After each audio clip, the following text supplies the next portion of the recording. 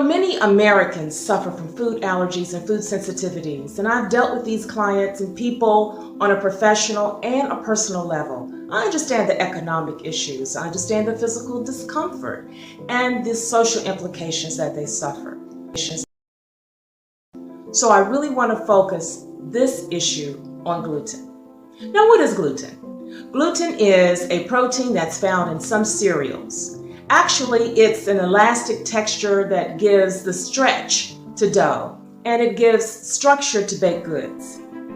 If a person has a serious issue with gluten, we'd say that that person probably has celiac disease. And celiac disease is when there's an immune reaction to anyone who eats or ingests gluten.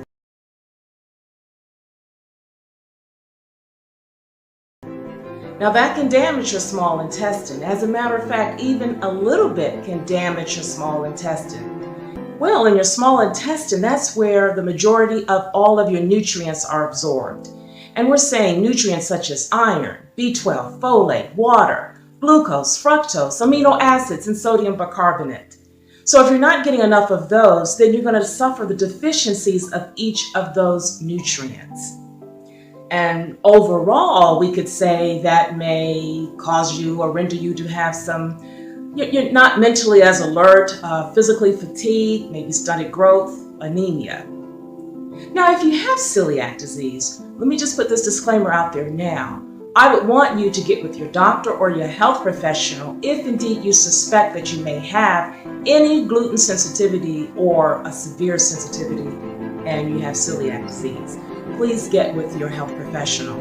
Now, I am a registered dietitian. I do have a background in health and administration, but I wanted to put that disclaimer out there. So I want to say this. If you believe you have celiac disease, and these are some of the symptoms. You may have bloating, gas, vomiting, diarrhea, constipation, fatigue, stomach growth, pains in your stomach. And when you think about it, a lot of us suffer those when we have the flu or some other symptoms. So that's why, again, it's important that you get with your doctor, your health professional. So if you have gluten, what is the treatment? The treatment is you would have to avoid gluten. And I mean, you really have to be vigilant about it. And because even a small amount could damage your small intestine, even a small amount. So you would have to avoid wheat,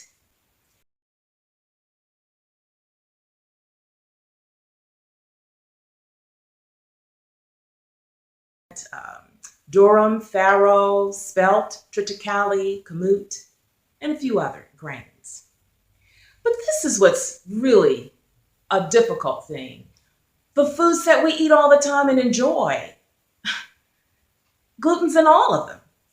Pasta, breads, pancakes, biscuits, rolls, you name it, crackers, bagels. And so we eat these foods all the time.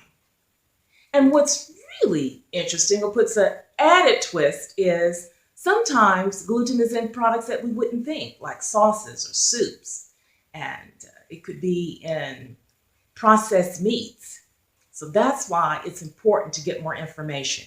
Now I'll leave some links below so you can look up and review some more information on gluten, or if you have a gluten sensitivity, wherever you are on that spectrum. So what can you eat? Well, the good news is today, since so many people have gluten sensitivities or celiac disease, you have a lot of products that are right there in the supermarket that you can use that makes meal planning and eating much more, it's much easier now. But the foods that you can have corn, you can have buckwheat, and you can have potatoes, but you also can have plain meat, plain fish. And I say plain meat, plain fish, not processed meats. Because if it's processed, you may have other substances in it that may be an issue for you. And you can have fruits and you can have vegetables. And I would say plain vegetables, not vegetables that have a cream sauce or it's breaded. Same thing with meats, not with a cream sauce or breaded or anything like that. Just plain meat, plain fish, plain vegetables and fruits. And then you can have a wonderful meal with the things that you can have. So that is the good news. So again, I'll have some links below so you can get some additional information if indeed you have some type of gluten sensitivity or you know that you are diagnosed with celiac disease. get with your health professional, get with your doctor. And I would love to hear from you if indeed you have some other credible resources that we can share with others. And also your comments. When did you notice that you were probably having some issues, and how are you managing with if you have celiac disease? How are you managing to live a successful life? Please share that with us.